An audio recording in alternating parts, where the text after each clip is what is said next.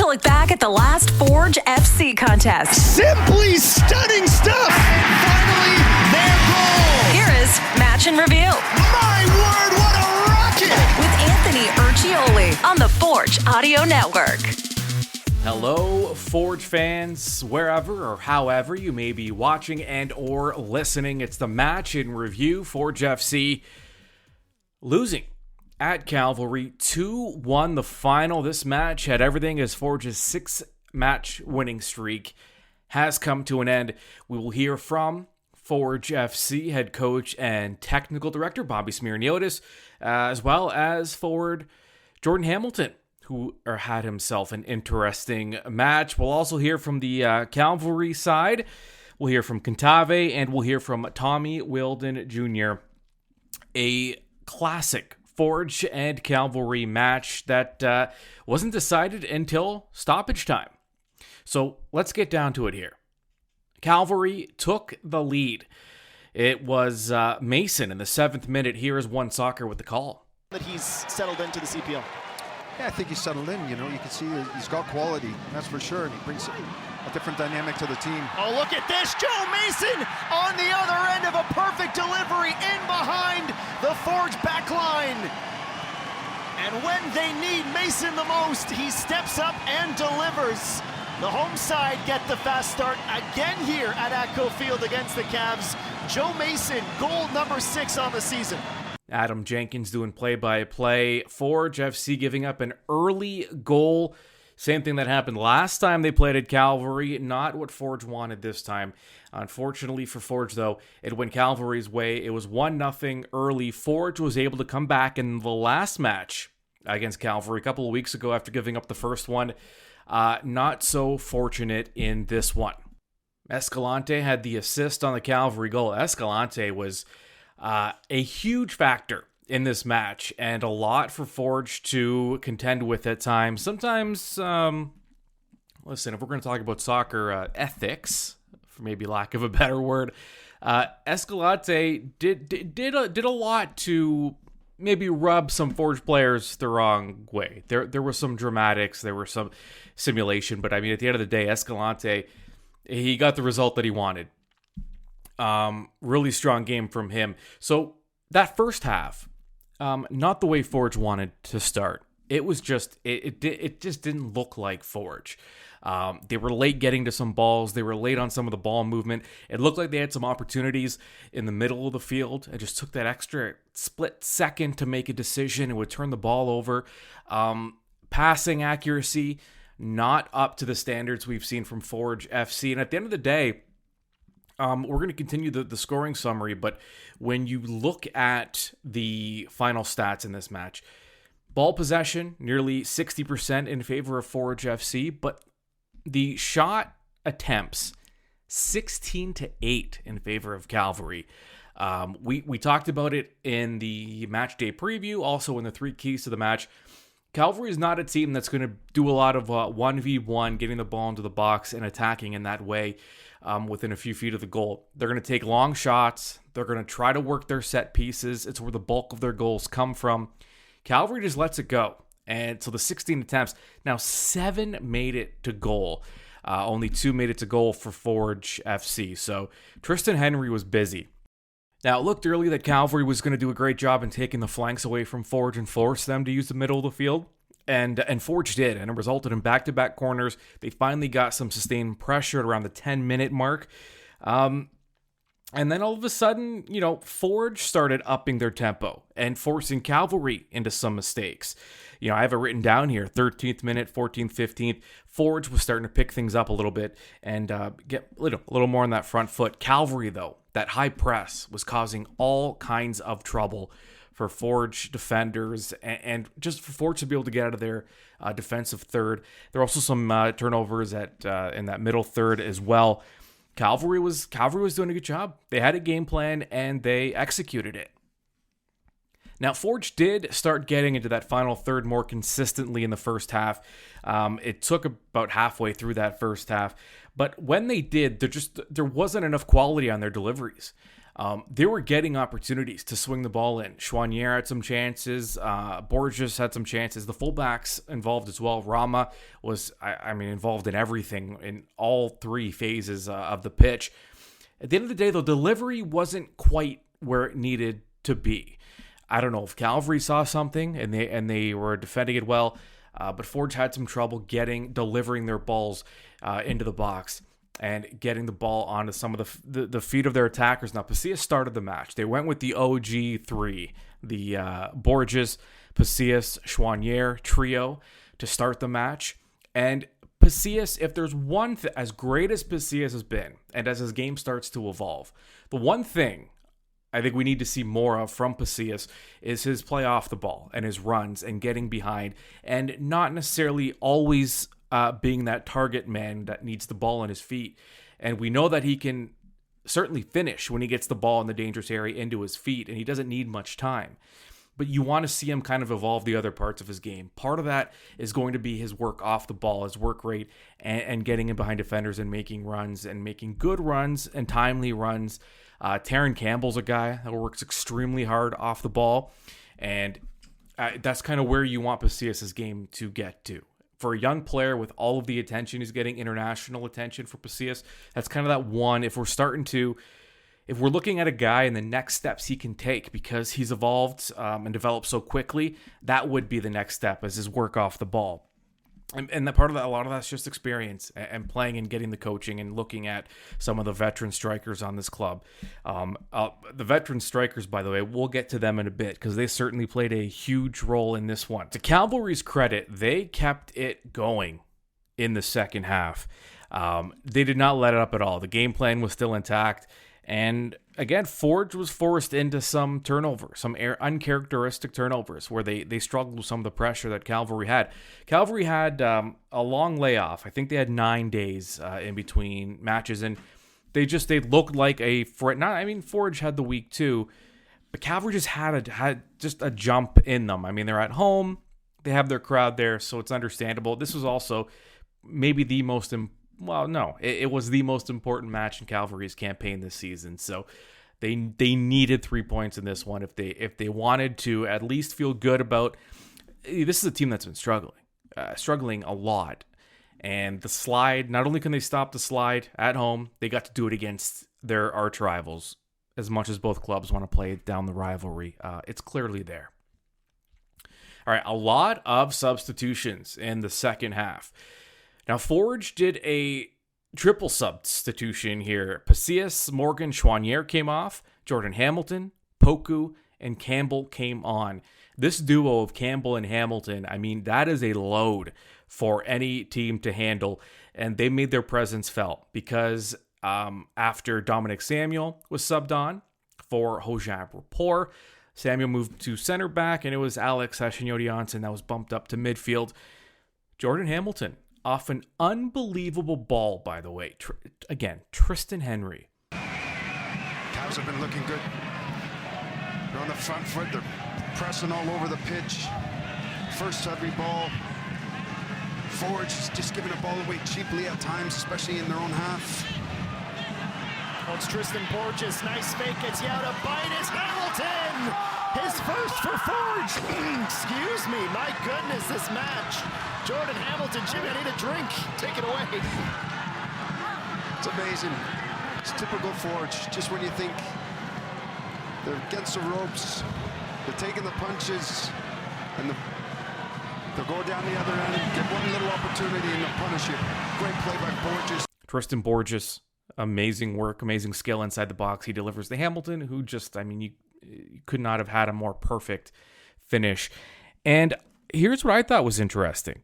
On the Hamilton goal, he talked about seeing a weakness that he thought he could exploit. Here's Hamilton post-match.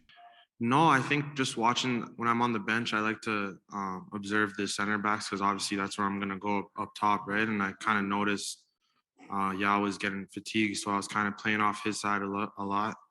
And on the goal, just I spoke with G before the game. If he got the ball, I would make the run, and what a great ball that was by him.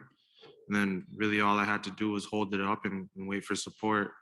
And then Tristan did his magic like he always does and found me. And it's a simple finish, but it's really a team goal. And it looked as though Forge was going to come away with a point here, a result they would have certainly accepted. Also interesting, you're on the road, you're getting the tying goal, you're maybe not playing your best match, and Cavalry's had a little extra jump in this one. Forge was not looking for a draw here. Kyle Becker sprints toward the goal, picks up the ball to place it because Forge wanted another one. All of a sudden, they felt like they could win this match. Another interesting substitution. Borges comes off, the winger, and Malik Olawabi Bellawu comes on, a center back. So why did Forge add the extra defender when they wanted that extra goal? Well, they were trying to defend what ultimately ended up losing the match for them and winning it for Cavalry. Stan Klopp, who finds Jody Chiara. A third touch now across, rising to the back post. Escalante, it's a tap in. Mickey Cantave. Speaking of opening year accounts, the first for Cavalry for the Haitian. It is absolutely brilliant. Ottawa, Ontario's Mickey Cantave, team goal. Now, there was some controversy after that goal. The Lions person put up her flag. The offside flag was up on that play. It appeared Escalante maybe was offside. At least that's what the line judge thought. Well, all of a sudden, the flag came down after a congregation of Cavalry players swarmed the line judge. And ultimately, the line judge felt that she had made a mistake by putting up at the first place and changed her mind. Now, end of the day, when you look at the replays, he was onside. But you can understand why there would be confusion if you're Forged. The flag goes up, and then after Cavalry surrounds the line judge, the call gets reversed. You can see why that might not leave a good feeling without knowing and having the benefit of a replay to see if the player was onside or not. Here's Bobby after the match talking about that goal. Yeah, the official on that sideline, the linesman had picked up the flag for offside on the goal, and there was a discussion in the sideline with their whole team with the officials. So I just needed clarification on what happened. Ball went in the net, flag went up for offside, and then everybody seemed to congregate in that corner, and then it was called the goal again. So that's what happened. I guess the broadcast didn't see it because that's the second person who's asked me about it. And now to get the other perspective, Tommy Wheeldon Jr., head coach for Cavalry, on what he saw in that moment, which, by the way, ultimately ended up in a yellow card because he left his... This is kind of the other... I mean, if you're the manager's supposed to stay within their confined space, and he did leave it and charged toward the corner where the line judge was, so he got booked for it. But here's what he saw. And listen, the lineswoman was great because she said afterwards she'd made the mistake, but her mistake also cost me a yellow card and probably a few more grey hairs because I ran down the touchline like, what's going on here? Because there's always controversy in this fixture. It's just nice from time to time to actually have it on our side. So what did happen? What can you tell us? I think at first she thought it was offside, but then realised it wasn't because it was a header backwards. I think the play happened so quickly. And for us, it was something we worked on in training as well because we knew we could, find those weak spots and crash the net, and we did exactly that. All right. Well, while we're speaking to Tommy, this rivalry, yes, we're going to continue to call it a rivalry regardless of what anyone says. This is a rivalry. Tommy Wheeldon Jr. on playing Forge, and the fact that, this result went Cavalry's way, Coach feels like Cavalry still has, to be the man, you have to beat the man, as Ric Flair says. Rivalries have to become organic, and I think probably because we played the first ever final, there's a carryover from that and the intense games. I think that's now 17 games between us, and there's only been one game where there's been more than one goal differential. Shows how tight, how thin the line is, but they are where we strive to be. They're the standard of this league, and we've got to keep embracing the role of the contender. We've not won anything yet. We've just won a game of football against them. We've got to keep on this form and keep into our identity, and good things happen. But look, it's always going to have a little bit of chippiness here and there. That's just the nature of this game. It must be tough for the officials. All right, now despite the result, Forge coach Bobby Smyrniotis liked his team's effort. Yeah, I think you had two teams that are different phases in the season right now. We're coming into this game with 6 wins. We're in a good spot where we are. And Cavalry, who's traditionally been good, they've been on a little bit of a slide lately. And I think this was their most important game of the year. Playing at home, playing against us. We know they're always the best version of themselves playing against Forge. A lot of times we see a different Cavalry team against other teams, but with us, it's full out and they bring the energy. And I think for them, this was a must win. If they had lost points today, it starts becoming a little bit difficult for them. So credit to them and working hard. But I think that's what made it a little bit scrappy, mostly from their end. I think our football was very good today. But yeah, I think all around, though, the game was a pretty good game and it was very good for all the fans who were here watching and those who were watching on One Soccer. And Jordan Hamilton getting his first taste of the rivalry between Forge and Cavalry. It's obviously frustrating. Full credit to Cavalry. This was my first time in Calgary. The atmosphere was, I was getting going on the bench, getting ready to go in, blood's flowing. It's the type of games you want to be a part of. So full credit to Calgary for pulling off the result, but obviously it's frustrating for us. 2-1 the final. The standings now look this way at the conclusion of the Cavalry Forge match. Forge still in top spot, 35 points with 1 loss in their last 7 matches. They've played 18 matches. Cavalry now jumps to second place, 1 point back of Forge. Forge, though, with 2 matches in hand on Cavalry, and they're 3 points up on Pacific and Atletico. By the way, big matchup. Cavalry and Atletico playing next. Forge next in action against York. But we'll get back to that in a second. Speaking of Pacific, who I just mentioned, it's worth noting about a potentially the biggest transfer in CPL history. Certainly it's in the club's history. Potential with incentives and things like that to be the biggest. But Alejandro Diaz, the CPL's leading goal scorer, is moving from Pacific to Sondel. From the Norwegian League, the Mexican striker, he is the first international player sold to a club overseas. So a milestone moment for Pacific in the CPL. Of course, the negative, and it's just the nature of the beast for Pacific, is that they are losing their top scorer and the league's leading goal scorer as they fight for positioning right now in a playoff spot. They currently sit in third. They've won 4 matches in a row. In the match before that, they had a draw. So Pacific playing well, but they will lose their top player heading down the stretch and into the postseason. Forge FC, next in action.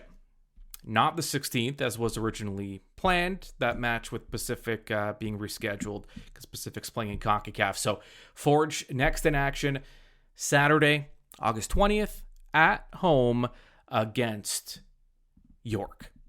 Tickets available now. I'll be there, of course. I hope to see you there.